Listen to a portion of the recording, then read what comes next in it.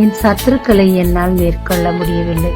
யாராகிலும் என் சத்துருக்களை எனக்காக மேற்கொள்ளுவார்களா என்று எங்கும் ஆத்துமாவே, இன்று கர்த்தர் உங்களுக்கு சொல்லுவது, கர்த்தர் பராக்கிரமசாலியை போல் புறப்பட்டு யுத்த வீரனை போல் வைராகியம் உண்டு முழங்கி கெர்ச்சித்து தம்முடைய சத்துருக்களை மேற்கொள்ளுவார். சங்கீதம் 18:6 எனக்கு உண்டான நெருக்கத்திலே கர்த்தரை நோக்கி கூப்பிட்டேன், என் தேவனை நோக்கி அபயமிட்டேன்னு சொல்லி பக்தன் சொல்கிறார்.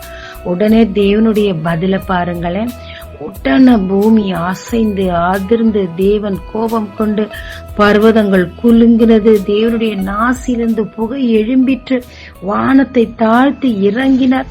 அதற்கு மேல 16 வரைக்கும் வாசிக்கும் போது தேவன் மிகப்பெரிய வைராகியத்தோடு தன்னுடைய பிள்ளை தன்னை நோக்கி கூப்பிட்டுருச்சு, அபயமிட்டுருச்சு, என் பிள்ளைய நான் காப்பாற்றி ஆகணும்னு சொல்லி ஒரு ஹீரோ மாதிரி பறந்து வந்து நாசில் புகையோடு வந்து தன்னுடைய ஜனங்களை சத்துருக்கையிலிருந்து காப்பாற்றுறாருன்னு பாக்குறோங்க. சனகரிப் தேவனுக்கும் அவர் ஜனங்களுக்கும் விரோதமாக மிகவும் அவதூறான வார்த்தைகளை கொண்டு பேசுகிறார். உடனடியாக எசேக்கியா ராஜா தேவனிடத்தில் அபயமிட்டு தன்னுடைய காரியங்களை சொல்லுகிறார். உடனே தேவன் என்ன செய்தார்? தன்னுடைய தூதனை அனுப்பி 180,000 பேரை அன்னைக்கு சங்கரிக்கிறார்.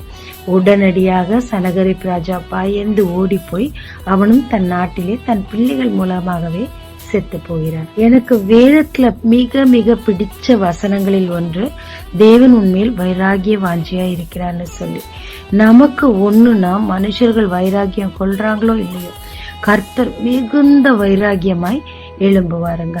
நீங்க தேவனை நோக்கி அபயமிடுங்க. உங்களுடைய காரியங்களை எடுத்து சொல்லுங்க. உங்க நெருக்கத்தின் நாளில சத்துரு உங்களை எந்த அளவு நெருக்குகிறான்றத கர்த்தரிடத்துல சொல்லுங்க. அப்பொழுது தேவனுடைய வைராகியம் உங்களுக்காக கிரியை செய்யுங்க. உங்களுடைய யுத்தங்களை அவர் செய்வார். உங்கள் சத்துருக்களை இனி நீங்க மேற்கொள்ள வேண்டாம். யாராவது மேற்கொள்ளுவார்களா, கோர்ட் மேற்கொள்ளுமா, அப்படியெல்லாம் நீங்க யோசிக்கவே வேண்டாம். கர்த்தரே இறங்கி வந்து உங்கள் சத்துருக்களை உங்களுக்காக அவர் மேற்கொண்டு உங்களுக்கு ஜெயத்தை தருவாருங்க. ஜெபிக்கலாமாங்க.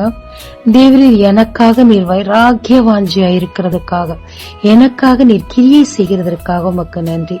எனக்கு சத்துருக்கள் மூலம் பிரச்சனை வரும்போது மனிதர்களை அல்ல, உம்மை தேடி வரவும் எனக்காக நீர் கிரியை செய்ய நான் இடம் கொடுக்கவும் எனக்கு கிருபை தாரும்.